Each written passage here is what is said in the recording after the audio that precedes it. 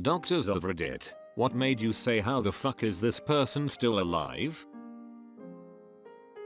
I'm not a doctor, but the story of Lemmy Kilmister of Motorhead always makes me go, how did he live that long?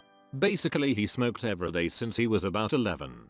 Drank an entire bottle of Jack mixed with Coke every day. And when he was diagnosed with diabetes in 2015 he switched to a bottle of vodka every day. He never ate healthy. Only exercise he got was performing. And refused to drink water. When his doctor said he was dehydrated he just added more ice to his Jack and Coke. But astonishingly, even in his 60s, in an interview he said he just went down to the doctor and he said his lungs were fine, liver was fine, essentially in pretty much perfect health. Not even tinnitus or hearing difficulties, despite Motorhead concerts being said to be some of the loudest. Almost all his health problems came during the last 2-3 years of his life. And they can mostly be attributed to old age, not lifestyle. He died in 2015 just after his 70th birthday, to the shock of everyone because he was drinking and partying just a couple days beforehand. This guy was seriously indestructible and it's a miracle he lived to his age. Not a doctor but a student nurse. I had a patient come into the psych ward from the emergency department after he had cut off his own right arm from the elbow down with a ducking chainsaw. He only survived because he apparently had some kind of rare clotting disorder that prevented him from bleeding to death. He was severely schizophrenic and believed that his arm was going to grow back. Edit. I didn't expect this to blow up the way it did. I love this story because my dad was a psychiatrist. And I finally have something way weirder than any of the tales of his profession he ever told. Happy you all found it as interesting as I did. Not a doctor, but firefighter. We had a 30-year-old male put a shotgun in his mouth pointing up to his nose, pull the trigger and survive. We show up, work him. He's breathing, but missing most of his face, and we transport him. He survives and we are all amazed. 3 months later he does it again, but a 22 to the temple, it bounced around and exited through his eye. He survives again, with some mental deficits and a glass eye, but still one of the craziest I've seen. Not a doctor, but I do have a story. Friend of a friend. She was hiking and got a scratch on her leg. Later that night she wasn't feeling well, so she went to the hospital. They said it was flu and sent her home. She went back the next day and was diagnosed with sepsis. She wound up in a medically induced coma and had to lose all 4 of her limbs and have a lot of internal issues as well. She's doing great now with prosthetics and an amazing attitude. As a student, had a young guy come in who self-inflicted a 22 to the inside of his mouth and passed out. Awoke the next morning. Didn't recall the night prior. Went to work. 2 hours into work he says he's not feeling right and starts acting odd. Co-workers call EMS. They take him in and the ED is working him up, and in the process notices a mix of clear fluid and blood in the back of his mouth. They call ENT and get a CT head. Shows 11 or so bullet fragments throughout his noggin. The guy was acting by that time completely unfazed. I was very fazed. Kind of a retelling, but one time a cadaver on which I was performing an autopsy had a lung which was flipped upside down. When I tried to flip it to the proper position, bloop, it flipped right back to upside down. After some due diligence we realized the lung was a transplant, and the surgeons who performed the transplant had attached the organ incorrectly. The lung had been fighting to be upside down its whole life, and this other man, after 15 or so years, the man eventually moved in a way that allowed it to flip over, resulting in his death. Not really a how the duck is this person still alive, but more of a how the duck did this person live this long with this condition. Apostrophe. Best one I saw was a guy shot in the back, half an inch from his spine. He was totally stable, sitting and talking to us. We saw the bullet sitting in between his SVC, aorta and esophagus with injuries to no vital structure. Walked out a day or 2 later with just a band-aid. Literal millimeter either way and he would have been a corpse. Paralyzed or needed major reconstructive surgery. Edit. To be clear, we saw the bullet on CT scan.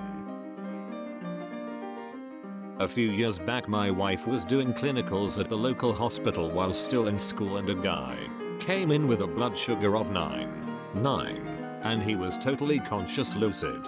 As a type 1 diabetic myself, I almost fell off my chair when I heard that.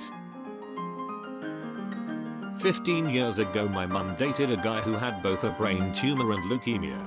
To treat the leukemia they had to stop treating the brain tumor and vice versa. He was given 2 years to live. He told my mum that he needed to focus on getting his affairs in order and spend time with his kids. They'd only been dating a few months. Very casually. Saw the dude a few weeks ago. Still kicking. Still has the tumor. They successfully treated the leukemia. But now he has osteoporosis and a sort of not epilepsy. They found out he had brittle bone when he had a seizure and broke a lot of bones falling down. But he's just getting on with it. Couldn't kill the guy with an axe. Working in an Aboriginal community, a woman walked in complaining of a headache behind her eye. She was told to take a seat, and as she turned around she had a butter knife sticking out the back of her skull. Apparently a drunk relative came home and stabbed her while she slept. Edit. Yes, she survived. Was flown back to Townsville for imaging. Then on to Brisbane for surgery. A nurse here.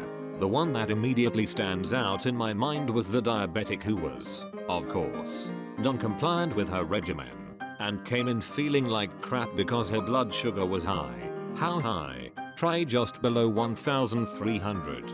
For reference, diabetics are supposed to manage their blood levels and keep them no higher than 180, and even that's kind of pushing at the limit. By all accounts, this girl should have been in a diabetic coma, at best. Yet somehow she was conscious, walking, talking, and arguing with us every step of the way, despite the fact that her pee was almost pure sugar and resembled crystallized honey. It was a 20-minute argument to get her to stop drinking her Diet Mountain Dew.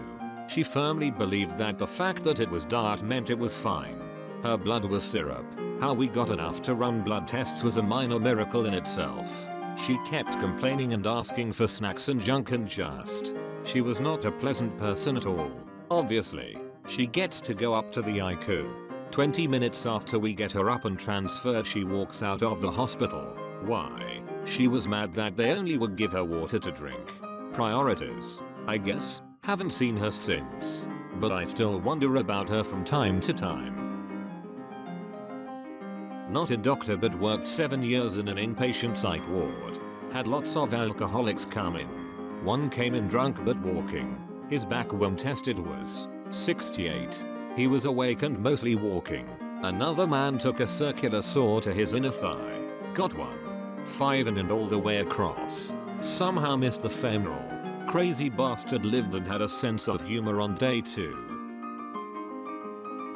Not a doctor, but March 2018 my father, who is a type 2 diabetic, ended up in the ER because of high blood sugar. Don't remember the exact number, but his blood sugar was over 1,000. Handfuls of doctors and nurses told me that was easily the highest blood sugar reading they'd ever witnessed. They couldn't believe he was alive, or at least not in a diabetic coma. His blood was the consistency of syrup. You know those big 16-18-inch kitchen knives that everyone has? Had a lady come in with one sticking sideways out of her neck, handle on the left side and top sticking out the right. She went to law, where they removed the knife in one of the most tense, asshole-clenched moments in history. Minimal bleeding. Apparently the knife split right between her major blood vessels and airway. Was lying right against them. Didn't scratch them. Absolutely incredible. Had a lady walk into the hospital with her face pointed at her chest. Her C1 vertebra had somehow fallen off C2, with her spinal cord delicately draped across the odontoid process. No damage to anything. Repaired with slow traction and a halo for a little while. Still baffles my mind 5 years later. Edit. Lots of questions. This little old lady said it happened slowly over time. But when she woke up from her nap that evening, something felt different. No traumatic injury reported. She had been sidestepping for almost a year. I haven't had time to draw a diagram yet, but I'll come back in a little while when I have a chance to doodle one. Edit 2. Behold, my attempt at a diagram of how she looked. Link. I'm afraid it doesn't make the situation any less scary.